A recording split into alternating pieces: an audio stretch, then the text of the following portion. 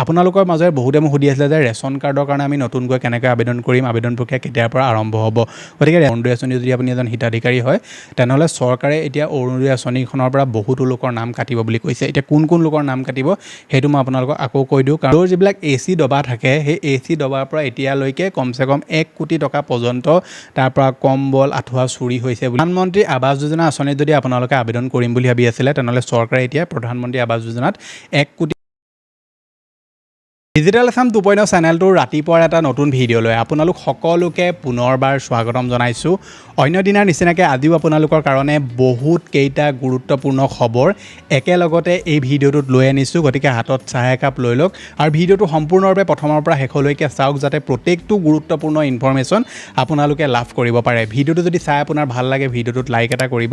চেনেলটোলৈ যদি আজি প্ৰথম আহিছিলে ছাবস্ক্ৰাইব কৰি ল'ব এনেকুৱা ধৰণৰ ইনফৰমেটিভ ভিডিঅ' ৰেগুলাৰ চাবৰ কাৰণে। আহক আজিৰ ভিডিঅ'টো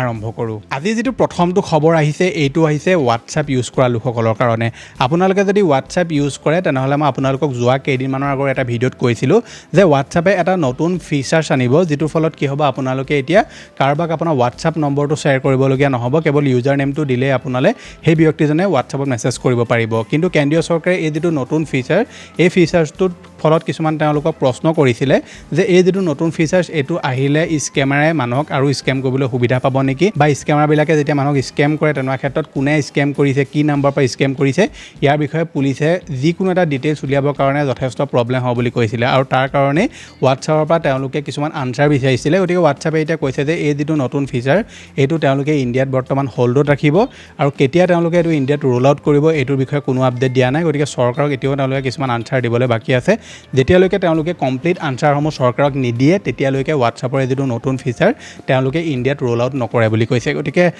ইমান এটা ভাল ফিচাৰ যিটো তেওঁলোকে হোৱাটছআপত আনিম বুলি কৈছিলে, যাৰ ফলত কি হ'লহেঁতেন, আপোনালোকে হোৱাটছআপৰ নম্বৰ যদি কাৰোবাক দিবলৈ বেয়া পায় তেনেকুৱা ক্ষেত্ৰত আপোনালোকে এতিয়া হোৱাটছআপৰ ইউজাৰ নেমটো দি দিলে হ'লহেঁতেন আৰু আপোনাক সেই ব্যক্তিজনে পাৰ্চনেলি ফোন মেছেজ কৰিব নোৱাৰিলেহেঁতেন। কিন্তু আমাৰ দেশত স্কেমাৰৰ সংখ্যাই ইমান বেছি, মানুহক ইমান নানান ধৰণে স্কেম কৰা হয়, যাৰ ফলত কেন্দ্ৰীয় চৰকাৰেও ভয় খালে যে এই যিটো নতুন পদ্ধতি এইটো ইউজ কৰি মানুহক হোৱাটছআপত আৰু স্কেম কৰিবলৈ সহজ হ'ব নেকি, যাৰ ফলত এতিয়া হোৱাটছআপে সেই যিটো নতুন ফিচাৰ সেইটো এতিয়া তেওঁলোকে হোল্ডত ৰাখিছে। গতিকে কেতিয়া এইটো তেওঁলোকে ইণ্ডিয়াত ৰোল আউট কৰিব, ইয়াৰ ওপৰত যদি মই কিবা আপডেট পাওঁ নিশ্চয় আপোনালোকক ভিডিঅ'ৰ জৰিয়তে জনাই দিম। আগবাঢ়িছে পিছৰটো খবৰলৈ। আমাৰ অসমত ৰিচেণ্টলি এটা কণ্ট্ৰভাৰ্চি হৈছিলে যে স্কুলৰ ছাত্ৰ ছাত্ৰীসকলক যিবিলাক ইউনিফৰ্ম দিয়া হয় তাত অধিক মাত্ৰাত পলিয়েষ্টাৰ মিলোৱা হৈছে বুলি কিছুমান খবৰ পোহৰলৈ আহিছিলে। সদনত অনুজ পেগু ডাঙৰীয়াই এই আটাইবিলাক প্ৰশ্নৰ তেওঁ এতিয়া আনচাৰ দিলে। তেওঁ কৈছে যে 70% পলিয়েষ্টাৰ আৰু 30% কটন মিশ্ৰিত কাপোৰ কোনো কাৰণতে শিক্ষাৰ্থীৰ বাবে ক্ষতিকাৰক নহয়। ইয়াৰ বাবে কৰা হৈছে কোৱালিটি চেক। নিম্নমানৰ ইউনিফৰ্ম দিয়া প্ৰতিষ্ঠানক আঁতৰোৱা হৈছে। ছাত্ৰ ছাত্ৰীৰ ইউনিফৰ্মক লৈ সদনত মন্তব্য দিয়ে শিক্ষামন্ত্ৰী অনুজ পেগু ডাঙৰীয়া। গতিকে তেওঁ কৈছে যে ছাত্ৰ ছাত্ৰীৰ ইউনিফৰ্মত যদি 70% পলিয়েষ্টাৰ মিলোৱা হয় আৰু 30% যদি কটন মিলোৱা হয় তাৰ ফলত ছাত্ৰ ছাত্ৰীৰ কোনো ক্ষতি নহয়। আৰু যিবিলাক প্ৰতিষ্ঠানে ইয়াত বেমিজালি কৰিছে বা ধৰি লওক কোৱালিটিত খেলি মেলি কৰিছে সেইবিলাক প্ৰতিষ্ঠানত তেওঁলোকে এতিয়া আঁতৰাইছে বুলি কৈছে। গতিকে আপোনালোকে ইয়াৰ ওপৰত কি ভাবে যে এই 70% পলিয়েষ্টাৰ আৰু 30% কটন যদি কাপোৰত মিলোৱা হয় তেনেকুৱা ক্ষেত্ৰত এইটো ভাল হ'ব নে বেয়া হ'ব? আপোনালোকৰ মন্তব্যটো নিশ্চয় তলত কমেণ্ট এটা কৰি জনাবলৈ একদম নাপাহৰিব। আগবাঢ়িছে পিছৰটো খবৰলৈ। আমাৰ অসম চৰকাৰ বা কেন্দ্ৰীয় চৰকাৰৰ ওপৰত এটা সদায় অভিযোগ লাগি থাকে যে তেওঁলোকে নিজৰ যিটো ইমেজ বা নিজৰ যিসমূহ এডভাৰটাইজমেণ্ট কৰিবৰ কাৰণে বহুত বেছি পৰিমাণৰ তেওঁলোকে পইচা খৰচ কৰে। মানে চৰকাৰে নিজৰ ইমেজটো ভাল কৰিবৰ কাৰণে বা যিকোনো এটা বস্তু তেওঁলোকে কৰিলে বুলি সেইটো একদম এডভাৰটাইজমেণ্ট লগাই হোৰ্ডিং লগাই বা নানান ধৰণৰ এডভাৰটাইজমেণ্ট দেখুৱাই মানুহক তেওঁলোকে সেই কামটো কৰিছোঁ বুলি কোৱাত বহুতবিলাক তেওঁলোকে পইচা খৰচ কৰে। গতিকে এতিয়া ৰাজ্য চৰকাৰে 2025-26 বৰ্ষত ডিজিটেল মিডিয়াত বিজ্ঞাপনৰ বাবদ ব্যয় কৰিছে 2,88,59,033 টকা। একেটা বছৰতে ছ'চিয়েল মিডিয়াত বিজ্ঞাপনৰ বাবে খৰচ কৰিছে 2,63,91,478 টকা। বিধানসভাত জনসংযোগ বিভাগৰ এইটো তথ্য। গতিকে কিমান কোটি টকা চৰকাৰে চাওক তেওঁলোকে বিজ্ঞাপনৰ নামত খৰচ কৰে। আৰু এখন চৰকাৰে খৰচ কৰিবও লাগে, কিন্তু এইটো নহয় যে তেওঁলোকে ইমান কোটি টকাও যায় খৰচ কৰিবলগীয়া হৈছে। এইটো এটা আশ্চৰ্যকৰ কথা। তেওঁলোকে ডিজিটেল মিডিয়াত এডভাৰটাইজমেণ্ট দিবৰ কাৰণে বা ধৰি লওক ছ'চিয়েল মিডিয়াত এডভাৰটাইজমেণ্ট দিবৰ কাৰণে তেওঁলোকে কোটি টকা 2025-26 বৰ্ষত খৰচ কৰিছে। আৰু যিহেতু ইলেকশ্যনো আছিলে অসমত, গতিকে সেই সময়ত তেওঁলোকে কিমান কোটি টকা খৰচ কৰিছে আপোনালোকে নিজে ভাবিছা। গতিকে এই ধৰণৰ যিসমূহ পইচা এই পইচাসমূহৰ তেওঁলোকে আৰু বহুতবিলাক কাম এনেকুৱা কৰিব পাৰে যিবিলাকে ধৰি লওক ৰাজ্যখনৰ উন্নতি আৰু কৰিলেহেঁতেন, কিন্তু তেওঁলোকে ইমান কোটি কোটি টকা কেৱল ধৰি লওক বিজ্ঞাপনৰ নামত খৰচ কৰি দিছে এইটো চৰকাৰে ভাল কৰিছে নে বেয়া কৰিছে আপোনালোকে ইয়াৰ ওপৰত মন্তব্য কি নিশ্চয় তলত কমেণ্ট এটা কৰি জনাব আগবাঢ়িছে পিছৰটো খবৰলৈ দেশত বৰ্তমান ইথানল মিশ্ৰিত পেট্ৰলকে একদম তুলপাৰ লাগি আছে সকলোৰে মাত্ৰ এটাই প্ৰশ্ন যে ইথানল মিশ্ৰিত পেট্ৰল চৰকাৰে মানুহক ব্যৱহাৰ কৰিবৰ কাৰণে ইমান কিয় তেওঁলোকে হেঁচা প্ৰয়োগ কৰিছে আৰু বহুতো মানুহে এক্সপ'জ কৰিছে ইথানল মিশ্ৰিত পেট্ৰলক যে তেওঁলোকৰ গাড়ীৰ মাইলেজ বেয়া কৰি দিলে কিছুমানৰ ধৰি লওক গাড়ীয়ে বেয়া কৰিলে বুলি কৈছে গতিকে এতিয়া যিটো মন্তব্য আহিছে এইটো আহিছে আকৌ বিজেপি বিধায়ক মৃণাল শইকীয়া ডাঙৰীয়াৰ তৰফৰ পৰা তেখেতে কৈছে যে ইথানল মিহলি পেট্ৰলৰ সলনি গুৱাহাটীৰ নুনমাটিত থকা IOCৰ পৰা লিটাৰত 164 টকাকৈ দি বিশুদ্ধ পেট্ৰল গাড়ীত ব্যৱহাৰ কৰক কাৰণ তেওঁ বন্ধুৰ গাড়ীত ইথানল মিহলি পেট্ৰল ভৰাই গেৰেজত দিবলগীয়া হৈছে গতিকে এইটো এনেকুৱা মানুহৰ মন্তব্য নহয় যি ধৰি লওক বিৰোধী পাৰ্টিৰ পৰা আহিছে বিজেপিৰ এজন বিধায়ক হয় মৃণাল শইকীয়া ডাঙৰীয়া গতিকে তেওঁ কৈছে যে তেওঁৰ যি বন্ধু আছিলে বন্ধুৱে ইথানল মিশ্ৰিত পেট্ৰল বৰ্তমান ইউজ কৰিছিলে আৰু ইউজ কৰি মেলি তেওঁ গাড়ী বৰ্তমান গেৰেজত পেলাই থৈ দিছে গতিকে ছ'চিয়েল মিডিয়াতো বহুত এতিয়া নানান ধৰণৰ ভিডিঅ' পোহৰলৈ আহিছে মানুহে বহুতবিলাক ভিডিঅ' বনাইছে ডাঙৰ ডাঙৰ ক্ৰিয়েটৰে বা ডাঙৰ ডাঙৰ মানুহে তেওঁলোকে ইথানল মিশ্ৰিত পেট্ৰল যে ব্যৱহাৰ কৰিলে মানুহৰ গাড়ীখনৰ কাৰণে ক্ষতিকাৰক সেইটোৰ ওপৰত বহুত ভিডিঅ' বনাইছে কিন্তু তাৰ পাছতো বহুতে সেইটো কাউণ্টাৰো কৰি আছে চৰকাৰেও কৈ আছে যে ইথানল মিশ্ৰিত পেট্ৰল ব্যৱহাৰ কৰিলে মানুহৰ কোনো প্ৰব্লেম নহয় গতিকে আপোনালোকে ইয়াৰ ওপৰত কি ভাবে ইথানল মিশ্ৰিত পেট্ৰল ভাল নে বেয়া আপোনালোকৰ গাড়ীত আপুনি ব্যৱহাৰ কৰিবনে নকৰে আৰু যদি ব্যৱহাৰ কৰিছে তেনেহ'লে ইয়াৰ ফলত আপোনাৰ গাড়ীখনে মাইলেজ কেনেকুৱা দি আছে আগতকৈ গাড়ীখনে ভাল চলিছে নে বেয়া চলিছে তলত কমেণ্ট এটা কৰি জনাবলৈ নাপাহৰিব আগবাঢ়িছে পিছৰটো খবৰলৈ ছুইগি আৰু ইনষ্টামাৰ্টৰ বিষয়ে আপোনালোক সকলোৱে জানে ছুইগিত আপোনালোকে খোৱা বস্তু অৰ্ডাৰ দিব পাৰে তেনেকৈ ইনষ্টামাৰ্টত আপোনালোকে যিকোনো ধৰণৰ বস্তু কম সময়ৰ ভিতৰতে অৰ্ডাৰ দি আপুনি ঘৰত লাভ কৰিব পাৰে যদি আপোনাৰ এৰিয়াত এভেইলেবল আছে গতিকে ছুইগি ইনষ্টামাৰ্টক এতিয়া FSSAই জাননী জাৰি কৰিছে আৰু এই জাননী জাৰি কৰাৰ কাৰণ হৈছে FSSAই কৈছে যে এই যিবিলাক কোম্পানী বা এই যিবিলাক প্লেটফৰ্ম ছুইগি হওক বা ইনষ্টামাৰ্ট হওক তেওঁলোকে মানুহক কিছুমান এনেকুৱা ধৰণৰ প্ৰডাক্ট দিয়ে যিবিলাক প্ৰডাক্ট ধৰি লওক আপোনাৰ এক্সপায়াৰী যোৱা হয় বা কিছুমান এনেকুৱা প্ৰডাক্ট দি দিয়ে যিবিলাক ধৰি লওক বেয়া কোৱালিটিৰ প্ৰডাক্ট কিন্তু মানুহে সেইটো কমপ্লেইন কৰাৰ আগতে তেওঁলোকে সম্পূৰ্ণ চিচুৱেশ্যনটো কণ্ট্ৰল কৰিবৰ কাৰণে পইচা দি দিয়ে বা অন্য ধৰণে সেই চিচুৱেশ্যনটো কণ্ট্ৰল কৰিলে গতিকে FSSAই এতিয়া জাননী জাৰি কৰিছে যে তেওঁলোকে ইয়াৰ ওপৰত এতিয়া চৰকাৰক বা FSSAইক আনচাৰ দিব লাগিব যে ইয়াৰ আঁৰৰ ৰহস্য কি আৰু তেওঁলোকে কেনেকুৱা ধৰণৰ ধৰি লওক প্ৰডাক্ট ইউজ কৰে বা কেনেকুৱা ধৰণৰ তেওঁলোকে জেগাৰ পৰা প্ৰডাক্টসমূহ লয় এইবিলাকৰ ওপৰত তেওঁলোকে এতিয়া সম্পূৰ্ণ আনচাৰ দিব লাগিব বুলি কৈছে গতিকে আপোনালোকেও যদি ছুইগি বা ইনষ্টামাৰ্টৰ পৰা যিকোনো ধৰণৰ যদি আপোনালোকে খোৱা বস্তুৱে হওক বা অন্য যদি আপোনালোকে বস্তু অৰ্ডাৰ কৰে তেনে ক্ষেত্ৰত সেই বস্তুসমূহৰ এক্সপায়াৰী ডেট আপোনালোকে চেক কৰিব ইনষ্টামাৰ্টৰ পৰা যদি আপোনালোকে দিয়ে তেনেহ'লে আপোনালোকে নিশ্চয় চেক কৰি চাব যে সেই প্ৰডাক্টটো এক্সপায়াৰী ডেট আপোনাৰ ঠিক আছেনে নাই আপোনালোকে প্ৰডাক্টটো পোৱাৰ লগে লগে একদম খাবলৈ বা ইউজ কৰিবলৈ আপোনালোকে একদম ৰেডি হৈ নাযাব প্ৰথমে আপুনি বস্তু চালি জাৰি চাব চেক কৰি চাব যে তেওঁলোকে যিটো প্ৰডাক্ট আপোনাক দিছে সেইটো মানে এক্সপায়াৰী থকা নে নথকা বা যিটো বিচাৰিছিলে সেইটো আপুনি পাইছে নে নাই পোৱা তাৰপিছতহে আপুনি প্ৰডাক্টটো একচেপ্ট কৰিব গতিকে আপোনালোকে এই ধৰণৰ প্লেটফৰ্মসমূহৰ পৰা বস্তু অৰ্ডাৰ কৰে নি নিশ্চয় তলত কমেণ্ট এটা কৰি জনাবলৈ নাপাহৰিব হৈছে পিছৰটো খবৰলৈ খবৰটো আহিছে ৰেলৱে বিভাগৰ তৰফৰ পৰা ৰেলৱে বিভাগে এতিয়া তেওঁলোকৰ ছিষ্টেমত AI ইনভলভ কৰিবলৈ গৈ আছে তেওঁলোকে কৈছে যে এতিয়াৰ পৰা আপোনালোকৰ যিসমূহ টিকেট আছে সেই টিকেটসমূহ আপোনালোকৰ যদি ৱেইটিং লিষ্টত থাকে তেনেহ'লে AI আপোনাক আগতে কৈ দিব যে সেই যিটো টিকেট সেই টিকেটটো আপোনাৰ কনফাৰ্ম হোৱা চান্স কিমান থাকে এতিয়া আপোনালোকে যদি টিকেট এটা কাটে আপুনি অলপ ভয়ত থাকে যে টিকেটটো কনফাৰ্ম হ'বনে নহয় কিছুমান টিকেটটো একদম কনফাৰ্ম হৈ যায়গৈ কিন্তু কেতিয়াবা আপোনাৰ টিকেট কনফাৰ্ম নহয়গৈ গতিকে আপোনালোকক এতিয়া তাত তেওঁলোকে এটা সুবিধা কৰি দিব AI চিষ্টেম এটা তেওঁলোকে তাত ইনবিল্ড কৰিব যিটো ফলত কি হ'ব আপোনাৰ টিকেটটো কনফাৰ্ম হ'বনে নহয় কনফাৰ্ম হোৱা কিমান চান্স আছে AI আগতে আপোনালোকক জনাই দিব গতিকে এই যিটো তেওঁলোকে ষ্টেপ বা এই যিটো নতুন চিষ্টেম এইটো তেওঁলোকে সোনকালে তেওঁলোকৰ যিসমূহ এপ্লিকেশ্যন তাত এড কৰিবলৈ গৈ আছে গতিকে যেতিয়া তেওঁলোকে এড কৰিব মই আপোনালোকক নিশ্চয় ভিডিঅ' থ্ৰু দি জনাই দিম আগবাঢ়িছে পিছৰটো খবৰলৈ যোৱাকালিৰে পৰা 15 ছেপ্টেম্বৰলৈকে বন্ধ থাকিব পুৰণি শৰাইঘাট দলং মেৰামতিৰ বাবে যাতায়াত বন্ধ ৰখাৰ সিদ্ধান্ত লৈছে ৰেল বিভাগৰ এই সময়ছোৱাত নতুন দলঙেৰে অব্যাহত থাকিব যাতায়াত গতিকে যোৱাকালিৰে পৰা মানে আপোনাৰ ধৰি লওক সোমবাৰৰ পৰা 15 ছেপ্টেম্বৰলৈকে শৰাইঘাটৰ যিখন দলং আছে সেই দলংখন তেওঁলোকে এতিয়া বন্ধ ৰাখিব বুলি কৈছে আৰু মেৰামতিৰ বাবে যাতায়াত বন্ধ ৰখাৰ সিদ্ধান্ত লৈছে ৰেলৱে বিভাগে গতিকে এতিয়াৰ পৰা আপোনালোকে যিখন শৰাইঘাট দলং আছে সেইখনেদি যাব নোৱাৰিব আপোনালোকে বেলেগ ৰাস্তাই দি এতিয়া আপোনালোকে যাতায়াত কৰিব লাগিব ফিফা ৱৰ্ল্ড কাপ যিহেতু শেষ হোৱা অৱস্থা পাইছেই ছেমিফাইনেল আজিৰ পৰা আৰম্ভ হ'ব প্ৰথমখন ছেমিফাইনেল আজি ৰাতি 12:30 বজাত হ'ব আৰু দ্বিতীয়খন ছেমিফাইনেল অহাকালি ৰাতি 12:30 বজাত অনুষ্ঠিত হ'ব গতিকে এতিয়া ফিফা ৱৰ্ল্ড কাপক লৈ এটা খবৰ পোহৰলৈ আহিছে যে ফিফা ৱৰ্ল্ড কাপৰ যিখন ফাইনেল মেচ অনুষ্ঠিত হ'ব যিটো ষ্টেডিয়ামত সেই ফাইনেল মেচখন অনুষ্ঠিত হোৱা ষ্টেডিয়ামটোত যিসমূহ ধৰি লওক ঘাঁহ থাকিব সেই ঘাঁহসমূহ তেওঁলোকে এতিয়া ধৰি লওক স্কোৱাৰ ফিটত বিকিব বুলি কৈছে মানে ফিফাই এতিয়া সেই ঘাঁহসমূহ স্কোৱাৰ ফিটত ডনেট বিকিব বুলি কৈছে আৰু প্ৰত্যেকটো স্কোৱাৰ ফিটৰ দাম এতিয়া তেওঁলোকে কৈছে যে 43,000 টকা পৰ্যন্ত হ'ব বুলি কৈছে। গতিকে কোনোবা যদি ফুটবল প্ৰেমী আছে আৰু তেওঁলোকে যদি ফাইনেল মেটচখন হোৱা গ্ৰাউণ্ডখনত যদি ঘাঁহ তেওঁলোকে ৰাখিব বিচাৰে তেনেহ'লে সেই ঘাঁহ তেওঁলোকে কিনিব পাৰিব। আৰু এনেকুৱা ফুটবল প্ৰেমী আছেও যি ধৰি লওক 43,000 45,000 বা 50,000 টকা দি আৰামত তেওঁলোকে সেই ঘাঁহ কিনি ল'ব আৰু তেওঁলোকে এটা ধৰি লওক বক্সত বা এটা ডিজাইনত তেওঁলোকে সেইটো মানুহক ডেলিভাৰী কৰিব বুলি কৈছে। গতিকে আপোনালোক যদি একদম ফুটবল প্ৰেমী হয় আৰু আপুনি যদি সেইটো কৰিব বিচাৰে তেনেহ'লে নিশ্চয় কৰিব পাৰিব। আৰু তেওঁলোকে এটা লিমিটেড ধৰি লওক অপশ্যন ৰাখিব, এনেকুৱা নহয় যে প্ৰত্যেকেই অৰ্ডাৰ কৰিব পাৰিব, তেনেকুৱাও নহয়। তেওঁলোকে লিমিটেড ধৰি লওক ষ্টক ৰাখিব বা লিমিটেড ধৰি লওক চিট ৰাখিব আৰু সেইমতে তেওঁলোকে সেই মানুহখিনিক এটা অৰ্ডাৰ কৰিবৰ কাৰণে অপশ্যন দিব। যদি কোনোবাই সেই ফাইনেল মেটচখনৰ ঘাঁহসমূহ ধৰি লওক ক্ৰয় কৰি যদি তেওঁলোকৰ ওচৰত ৰাখিব বিচাৰে তেনেহ'লে ৰাখিব পাৰিব বুলি কৈছে। গতিকে ফিফাই মানে ফুটবলৰ একদম প্ৰত্যেকটো বস্তুৰ পৰাই তেওঁলোকে পইচা উপাৰ্জন কৰিব বিচাৰিছে। আৰু ইমান এটা ডাঙৰ এখন টুৰ্ণামেণ্ট, ইমান এটা ডাঙৰ ধৰি লওক এটা অৰ্গেনাইজেশ্যন, ইমান ডাঙৰ এখন টুৰ্ণামেণ্ট হৈছে, তাৰ পৰা কিমান কোটি কোটি টকা তেওঁলোকে ঘটিছে। গতিকে ফাইনেল মেটচখনৰ ঘাঁহৰ পৰাও তেওঁলোকে পইচা ঘটিব। আৰু আপোনাক মই ভিডিঅ' থ্ৰু দি নিশ্চয় জনাই দিম যে কিমান মানুহে কিনিলে আৰু 100% সকলোবিলাক তেওঁলোকে এই ঘাঁহ বিক্ৰী কৰি দিব। কাৰণ বাহিৰৰ যি মানুহ আছে, ইউৰোপৰ ছাইডৰ যিখিনি মানুহ তেওঁলোকে ফুটবল বুলি ক'লে একদম বলিয়া। আমাৰ ইয়াৰ মানুহো বহুত আছে, কিন্তু আমাৰ ইয়াৰ মানুহে ধৰি লওক 45,000 50,000 টকা দি সেই ঘাঁহ নিকিনে। ওলাব পাৰে দুজন এজন ইয়াতো ওলাব পাৰে, কিন্তু বাহিৰৰ দেশৰ মানুহে নিশ্চয় মোক ক্ৰয় কৰিব।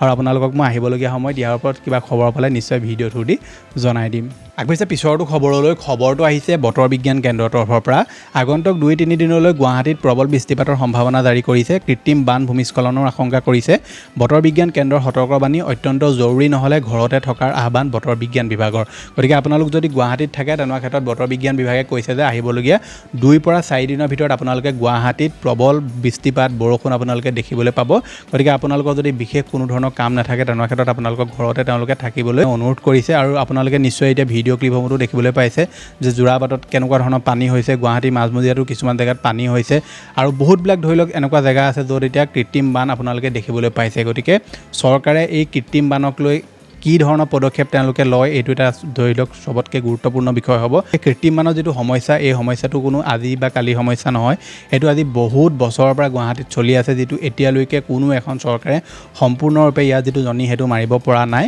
গতিকে বহুতে এইটোও কয় যে কৃত্ৰিম বানৰ আঁৰত মানুহৰ কিছুমান দুখ থাকে, কাৰণ মানুহে যিবিলাক নলাৰ নৰ্দমা সেইবিলাক তেওঁলোকে চাফ চিকুণ কৰি নাৰাখে বা তাত ধৰি লওক প্লাষ্টিক পেলাই দিয়ে বা সেইবোৰ ব্লক কৰি দিয়ে, যাৰ ফলতো কৃত্ৰিম বান হয় বুলি কয়। গতিকে আপোনালোক যদি গুৱাহাটীত থাকে ইয়াৰ আচল কাৰণটো কি, আপোনালোকে ইয়াৰ ওপৰত কি হবে নিশ্চয় তলত কমেণ্ট এটা কৰি জনাবলৈ নেপাহৰিব। অসমত বৰ্তমান জাপানিজ এনকেফ্লাইটিছৰ আতংক আহিছে। অসমৰ এতিয়া বহুত জেগাত জাপানিজ এনকেফ্লাইটিছৰ ৰোগত মানুহ আক্ৰান্ত হৈছে। গোলাঘাটৰ এগৰাকী মহিলাৰ জাপানিজ এনকেফ্লাইটিছত মৃত্যু হয় বুলি খবৰ পোহৰলৈ আহিছে, যাৰ ফলত অঞ্চলটোত বৰ্তমান আতংকৰ সৃষ্টি হৈছে। কাৰণ এই জাপানিজ এনকেফ্লাইটিছ এতিয়া য'তে ত'তে ধৰা পৰিছে, যাৰ মানুহৰ হৈছে আৰু তাৰ ফলত বহুতো মানুহৰ মৃত্যু হৈছে। গতিকে আপোনালোকে পৰাপক্ষত আপোনাৰ ঘৰত গধূলি সময়ত ধৰি লওক অলপ ধোঁৱা দিব বা আপোনাৰ ঘৰৰ যদি ধৰি লওক এনেকুৱা জেগাত য'ত বেছি মহ থাকে তেনেকুৱা ক্ষেত্ৰত আপোনালোকে ঘৰৰ দুৱাৰ খিৰিকী এইবিলাক আপোনালোকে সন্ধিয়া সময়ত একদম সোনকালে আপোনালোকে বন্ধ কৰি দিব। আৰু লগতে আপোনালোকে আঁঠুৱা ৰাতি তৰি শুব। আৰু আপোনাৰ যদি জ্বৰ হৈ আছে বহুত দিনৰ পৰা বা আপোনাৰ যদি ধৰি লওক এনেকুৱা কিছুমান লক্ষণ দেখা দিছে যিবিলাক জাপানিজ এনকেফ্লাইটিছৰ লগত মিলে, আপুনি ঘৰতে বহি ফাৰ্মাচিষ্টৰ পৰা আপোনালোকে দৰৱ কিনি আপোনালোকে নাখাব। সোনকালে আপুনি ডক্টৰৰ লগত যোগাযোগ কৰি তাৰ উচিত আপোনালোকে ট্ৰিটমেণ্ট কৰিব। যদি আপোনালোকে সাধাৰণ জ্বৰ বুলি থৈ দিয়ে আপোনালোকৰ পিছত প্ৰব্লেম হ'ব পাৰে। গতিকে বৰ্তমান অসমৰ বহুতবিলাক জেগাত জাপানিজ এনকেফ্লাইটিছৰ আতংক দেখিবলৈ পোৱা গৈছে আৰু যাৰ ফলত কিছু সংখ্যক জেগাত এনেকুৱা হৈছে যে মানুহৰ মৃত্যু হোৱা খবৰ বৰ্তমান পোহৰলৈ আহিছে। অৱশ্যে পিছৰটো খবৰলৈ। বৰ্তমান আমাৰ অসমৰ চিনেমা হলত এখন চিনেমা একদম দপদপাই আছে, যিখনৰ নাম হৈছে ককা দেউতা নাতি আৰু হাতী দ্বিতীয়। আৰু এই চিনেমাখনে বৰ্তমান খলকতি তুলিছে। এসপ্তাহৰ ভিতৰতে বক্স অফিচত উপাৰ্জন কৰে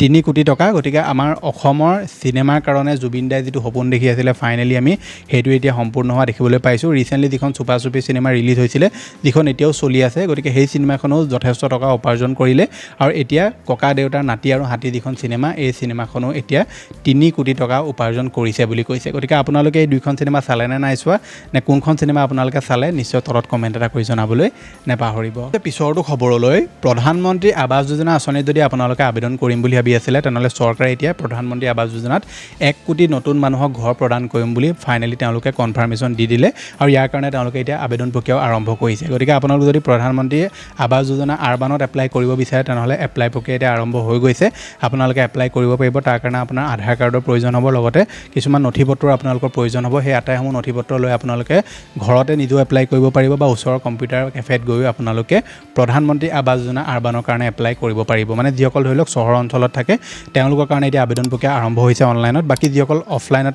বাকী যিসকল গাঁৱৰ অঞ্চলৰ লোক হয় তেওঁলোকৰ কাৰণে অফলাইনত আবেদন প্ৰক্ৰিয়া আৰম্ভ হ'ব কিন্তু এতিয়ালৈকে অফলাইনৰ আবেদন প্ৰক্ৰিয়া আৰম্ভ হোৱা নাই মানে প্ৰধানমন্ত্ৰী আৱাস যোজনা গ্ৰামীণৰ কাৰণে এতিয়াও আবেদন প্ৰক্ৰিয়া আৰম্ভ হোৱা নাই কেৱল আৰবানৰ কাৰণে আৰম্ভ হৈছে গতিকে গ্ৰামীণৰ কাৰণে চৰকাৰে যেতিয়া আবেদন প্ৰক্ৰিয়া আৰম্ভ কৰিব মই আপোনালোকক জনাই দিম গতিকে তাৰ কাৰণে আপোনালোকৰ আধাৰ কাৰ্ডৰ প্ৰয়োজন হ'ব লগতে ভোটাৰ কাৰ্ড আৰু কিছুমান আপোনালোকৰ নথিপত্ৰৰ প্ৰয়োজন হ'ব যেতিয়া চৰকাৰী আবেদন প্ৰক্ৰিয়া আৰম্ভ হৈছে বুলি কয় মই আপোনালোকক ভিডিঅ' বনাই জনাই দিম কি নথিপত্ৰ লাগিব কেনেকৈ আবেদন কৰিব লাগিব প্ৰত্যেকটো খবৰ মই আপোনালোকক সেই ভিডিঅ'টোত A to Z ডিটেইলত দি দিম আগবাঢ়িছে পিছৰটো খবৰলৈ ৰেলৱে বিভাগৰ তৰফৰ পৰা এটা চাঞ্চল্যকৰ খবৰ পোহৰলৈ আহিছে যিটো খবৰ শুনিলে আপোনাৰ চকু কঁপালত উঠিব তেওঁলোকে কৈছে যে ৰেলৰ যিবিলাক AC ডবা থাকে সেই AC ডবাৰ পৰা এতিয়ালৈকে কমচে কম 1 কোটি টকা পৰ্যন্ত তাৰ পৰা কম্বল আঁঠুৱা চুৰি হৈছে বুলি বৰ্তমান তেওঁলোকে খবৰ মুকলি কৰিছে গতিকে আপোনালোকক মই সম্পূৰ্ণ যিটো খবৰ সেইটো শুনাই দিছোঁ ৰেলৰ AC ডবাত এতিয়া চুৰ ওলাইছে ৰেলৰ যাত্ৰীয়ে চুৰ কৰিলে 1 কোটি 27 লাখ টকাৰ চাদৰ কম্বল আঁঠুৱা আৰু টাৱেল RTIৰ জৰিয়তে পোহৰলৈ আহিছে এই চাঞ্চল্যকৰ তথ্য ৰেলৰ AC কম্পাৰ্টমেণ্টত অহা যোৱা কৰা যাত্ৰীসকলক প্ৰতিদিনে ৰেল কৰ্তৃপক্ষই যোগান ধৰে আঁঠুৱা বিচনা চাদৰ কম্বল আৰু টাৱেল কিন্তু শেহতীয়াকৈ পোহৰলৈ আহিছে এক চাঞ্চল্যকৰ তথ্য ৰাষ্ট্ৰীয় সংবাদ মাধ্যমৰ এক প্ৰতিবেদন অনুসৰি 2022 চনৰ জানুৱাৰীৰ পৰা 2026 চনৰ মে' মাহলৈকে ৰেলৰ AC ডবাত কমেও 1 কোটি 27 লাখ টকাৰ চাদৰ কম্বল আঁঠুৱা আৰু টাৱেল চুৰি হৈছে আৰু RTIৰ জৰিয়তে লাভ কৰা তথ্য অনুসৰি 2022 চনৰ পৰা বিচনা চাদৰ চুৰিৰ সংখ্যা 56% বৃদ্ধি পাইছে আনহাতে সৰ্বাধিক চুৰি হোৱা সামগ্ৰীবিধ হৈছে টাৱেল বিগত 4 বছৰত 46 লাখ 54 হাজাৰ টাৱেল চুৰি হৈছে লগতে 41 লাখ 13 হাজাৰ টকাৰ বিচনা চাদৰ আৰু 23 লাখ 59 হাজাৰ আঁঠুৱা আৰু 12 লাখ 95 হাজাৰ টকাৰ কম্বল চুৰি হৈছে এটা কথা সঁচা যে চৰকাৰে যিমান ধৰি লওক ভাল কাম কৰক যিমান তেওঁলোকে সুবিধা দিয়ক এচাম এনেকুৱা মানুহ আছে যি থাৰ্ড ক্লাছ মানুহ হয় যিবিলাকে ধৰি লওক চৰকাৰৰ বস্তুৱে চুৰ কৰিব আৰু তাৰ পৰা চিঞৰি থাকিব যে চৰকাৰে সুবিধা নিদিয়ে গতিকে চৰকাৰে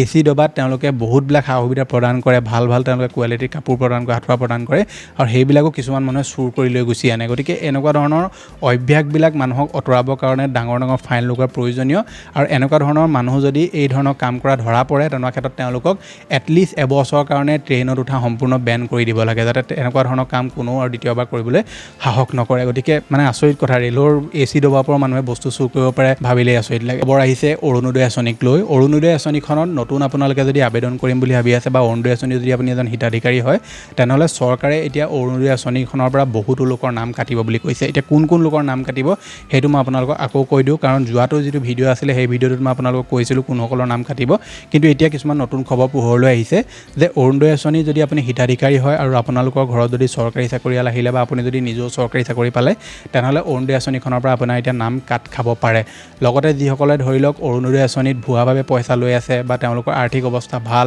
তাৰ পাছতো তেওঁলোকে পইচা চৰকাৰৰ পৰা লৈ আছে তেওঁলোকৰো এতিয়া অৰুণোদয় আঁচনিৰ পৰা নাম কাট খাব বুলি কৈছে আৰু সেই পইচাসমূহ এতিয়া চৰকাৰে সেইসকল লোকক বিধৱা মহিলাক দিব বৃদ্ধ লোকক দিব যিসকলে আঁচনিখনৰ পৰা বাদ পৰি আছিলে গতিকে আপোনালোকৰ এই অৰুণোদয় আঁচনিৰ পইচা কাট খাবৰ কাৰণে বা কাটিবৰ কাৰণে চৰকাৰে ছাৰ্ভে আকৌ কৰাৰ কথা কৈছে গতিকে কেতিয়াৰ পৰা ছাৰ্ভে হ'ব ইয়াৰ ওপৰত অফিচিয়েল আপডেট নাই যিটো মই আপোনালোকক খবৰ নিউজ ষ্ট'জৰ পৰা পাইছিলোঁ সেইটো আপোনালোকক দিছোঁ গতিকে চৰকাৰে আকৌ ছাৰ্ভে কৰিব বুলি কৈছে গতিকে এই ছাৰ্ভেটো হোৱাৰ লগে লগে যিসকল মানুহ ধৰি লওক অযোগ্য বিবেচিত হ'ব তেওঁলোকক অৰুণোদয় আঁচনি পইচাৰ পৰা চৰকাৰে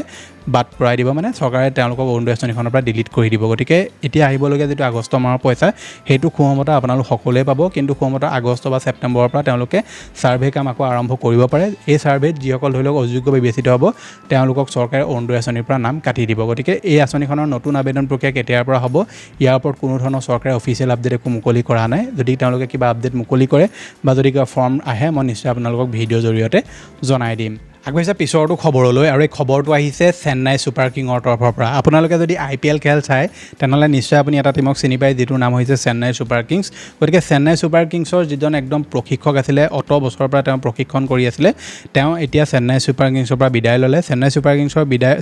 কিংছক বিদায় জনাই মুখ্য প্ৰশিক্ষক ষ্টিফেন ফ্লেমিঙৰ সুদীৰ্ঘ 18 বছৰৰ পাছত CSKক বিদায় দিলে ফ্লেমিঙে 2008ত খেলুৱৈ হিচাপে জড়িত হৈ 2009ৰ পৰা মুখ্য প্ৰশিক্ষকৰ দায়িত্বত আছিল ষ্টিফেন ফ্লেমিং গতিকে এইবাৰ IPLত MS ধোনীও নেখেলিলে আৰু ষ্টিফেন ফ্লেমিঙৰ এইবাৰ যি পাৰফৰ্মেঞ্চ বা তেওঁ যি প্ৰশিক্ষণ এইবাৰ কামত নাহিলে গতিকে এইবাৰেই তেওঁ চেন্নাই ছুপাৰ কিংছৰ পৰা বিদায় লৈ ল'লে আৰু ধোনীও নাইকিয়া হৈ গ'ল ইভেন ফ্লেমিঙো বৰ্তমান চেন্নাই ছুপাৰ কিংছৰ পৰা বিদায় লৈ লৈছে গতিকে চেন্নাই ছুপাৰ কিংছৰ এটা এৰাৰ সম্পূৰ্ণ মানে অন্ত পৰিলে মানে এটা যুগৰ সম্পূৰ্ণ অন্ত পৰিলে এতিয়া নতুন কোচ কোন হয় বা চেন্নাই ছুপাৰ কিংছ আহিবলগীয়া সময়ত কাক নতুন কেপ্টেইন পাতে নে ঋতুৰাজ গায়কোৱাডে থাকিব কেপ্টেইন এইটো লক্ষণীয় বিষয় হ'ব আৰু চেন্নাই ছুপাৰ কিংছে এই 18 বছৰ যেনেকৈ খেলি আছিলে এই খেল আহিবলগীয়া সময়ত দেখুৱাব পাৰে নে নোৱাৰে নতুন লোকৰ লগত এই খেলসমূহ কেনেকুৱা হ'ব চাবলৈ যথেষ্ট লক্ষণীয় হ'ব গতিকে আপোনালোকে IPL যদি চাই আৰু চেন্নাই ছুপাৰ কিংছক যদি আপোনালোকে ছাপোৰ্ট কৰে তেনেহ'লে আপোনালোকে ষ্টিভেন ফ্লেমিংছে চেন্নাই ছুপাৰ কিংছৰ কাৰণে কিমানখিনি কাম কৰিলে ইয়াৰ বিষয়ে আপোনালোক সকলোৱে নিশ্চয় অৱগত আগবাঢ়িছোঁ আজি শেষৰটো খবৰলৈ আৰু শেষৰটো খবৰ আহিছে ৰেচন কাৰ্ডক লৈ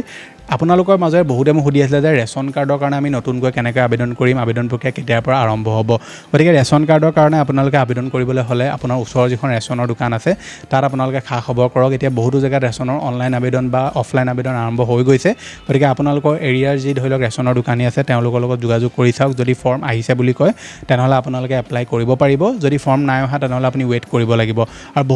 বহুতো লোকে মোক ফোন কৰি বা মেছেজ কৰি কৈ থাকে যে তেওঁলোকে ৰেচন কাৰ্ডৰ বাবদ 1000-2000 টকা দিলে কিন্তু আজিও ৰেচন কাৰ্ড নাপালে গতিকে আপুনি ৰেচন কাৰ্ড এপ্লাই কৰাৰ সময়ত কাকো 1000-2000 টকা দিয়া প্ৰয়োজন নাই চৰকাৰে কেতিয়াও আপোনালোকক পইচা দিবলৈ নাই কোৱা আৰু আপুনি যদি পইচা দিয়ে তেনেকুৱা ক্ষেত্ৰত আপোনাৰ নিজৰে ক্ষতি হয় আপুনি নিজে দুৰ্নীতিৰ ধৰি লওক কাষ চাপে বা নিজে আপুনি দুৰ্নীতি কৰাৰ নিচিনা হৈ যায় গতিকে আপোনালোকে ৰেচন কাৰ্ডত যদি নতুনকৈ এপ্লাই কৰিম ভাবি আছে তেনেহ'লে পত্ৰ আপুনি পূৰণ কৰিব প্ৰয়োজনীয় নথিপত্ৰ সহকাৰে আপোনালোকে সেই পত্ৰ জমা কৰিবগৈ লাগিব আৰু আপুনি যদি যোগ্য বিবেচিত হয় তেনেহ'লে আপোনালোকে ৰেচন কাৰ্ডৰ সুবিধাটো লাভ কৰিব গতিকে এইকেইটা আছিলে যে আপোনালোকক দিবলগীয়া গুৰুত্বপূৰ্ণ খবৰ আশা কৰিছোঁ আপোনালোকে ভিডিঅ'টো চাই ভাল পালে যদি ভাল পালে ভিডিঅ'টোত লাইক কৰিব চেনেলটো যদি প্ৰথম আহিছিলে ছাবস্ক্ৰাইব কৰি ল'ব এনেকুৱা ধৰণৰ ইনফৰ্মেটিভ ভিডিঅ' ৰেগুলাৰ চাবৰ কাৰণে মই লগ পাম এটা নতুন ভিডিঅ'ত আজিলৈ ধন্যবাদ